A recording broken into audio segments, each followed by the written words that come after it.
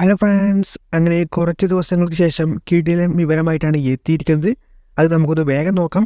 അപ്പോൾ വീഡിയോയിലോട്ട് പോകാം. അതിനു മുൻപ് നമ്മുടെ സെക്കൻഡ് ചാനൽ ലിങ്ക് ഡിസ്ക്രിപ്ഷനിലുണ്ട്. എല്ലാവരും ചെക്കൗട്ട് ചെയ്ത് നോക്കുക.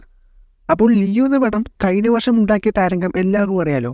2023 മോസ്റ്റ് സെലിബ്രിറ്റി ഫിലിം ലിയോ ആണ്. ആ താരകത്തെക്കുറിച്ച് പറഞ്ഞത് തീരില്ല. ആ പടമൊക്കെ ഉണ്ടാക്കിയോളം അത്രയും വലുതാണ്.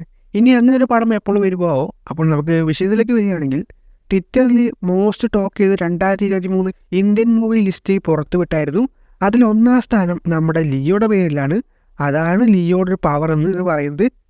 ഇത് എല്ലാവർക്കും അറിയാം 2023 ലിയോ തന്നെ ആകും വരിക എന്ന്.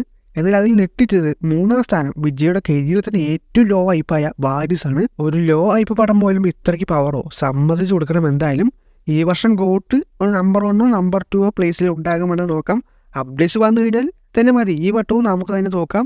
എന്തായാലും ഈ അടുത്ത വർഷമായിരിക്കും ഈ വർഷത്തെ ടോപ്പ് മൂവീസൊക്കെ ലിസ്റ്റ് വരിക. അപ്പോൾ തന്നെ നോക്കാം. അങ്ങനെ അടുത്ത അപ്ഡേറ്റ് എന്താണെന്ന് വെച്ച് കഴിഞ്ഞാൽ, അങ്ങനെ ഒരുപാട് കാത്തിരിപ്പിന് ശേഷമാണ് ഗോട്ടിൻ്റെ ഷൂട്ടിങ് കേരളത്തിൽ കൺഫേം ആയിരിക്കുന്നത്. അതെല്ലാവർക്കും അറിഞ്ഞു കാണും. മാർച്ച് 18-ാം തീയതിയാണ് കേരള ഷെഡ്യൂൾ ആരംഭിക്കുന്നത്. ജൂനിയർ ആർട്ടിസ്റ്റായിട്ട് കേരളത്തിൽ നിന്ന് ഒരുപാട് ആൾക്കാർ എടുക്കുന്നുണ്ട്. എല്ലാവർക്കും വിജയനെ കാണാൻ വേണ്ടി അതിൽ പോകണമെന്ന് തന്നെയൊക്കെ ആഗ്രഹം ഉണ്ടാകുക. അപ്പോൾ നമ്മുടെ സബ്സ്ക്രൈബേഴ്സിൽ ആരെങ്കിലും ഗോട്ടിൻ്റെ ഷൂട്ടിംഗ് വർക്കിന് സെറ്റായി ഒന്ന് കമൻറ്റ് ചെയ്യണേ. അതൊരു സന്തോഷമായ ഒരു വാർത്തയായിരിക്കും എല്ലാവർക്കും. 18-ാം തീയതി ഷൂട്ടിംഗ് തുടങ്ങിയ തിരുവനന്തപുരം സിറ്റി ഫുള്ള് ബ്ലോക്ക് ആകും. പക്ഷെ ഒരുപാട് ലീക്ക്ഡ് ഫുട്ടേജ് പുറത്ത് വരാൻ അധികമായിട്ടുള്ള ചാൻസ് കാണുന്നുണ്ട്. ചിലപ്പോൾ അത് സംഭവിക്കാം.